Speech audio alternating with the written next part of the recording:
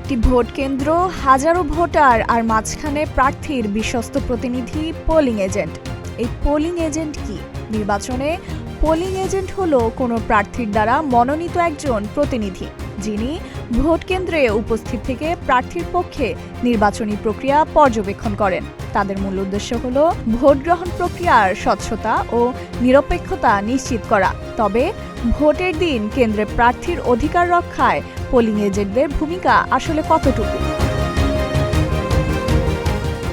একটি সুষ্ঠু ও নিরপেক্ষ নির্বাচনের মেরুদণ্ড হিসেবে কাজ করেন এই প্রতিনিধিরা। প্রার্থীর প্রতিটি মূল্যবান ভোট রক্ষা করা থেকে শুরু করে ভোট গ্রহণের স্বচ্ছতা নিশ্চিত করা পর্যন্ত একজন পোলিং এজেন্টের সজাগ দৃষ্টি পারে একটি অবাধ নির্বাচনের পরিবেশ বজায় রাখতে।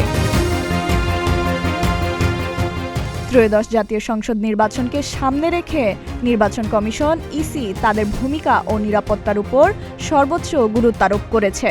আসন্ন নির্বাচন সুষ্ঠু, অবাধ ও শান্তিপূর্ণভাবে আয়োজনের লক্ষ্যে পোলিং এজেন্ট নিয়োগ, তাদের দায়িত্ব কর্তব্য এবং নির্বাচনী আইন ও বিধিমালা প্রতিপালন বিষয়ে বৃহস্পতিবার একটি পরিপত্র জারি করেছে নির্বাচন কমিশন ইসি।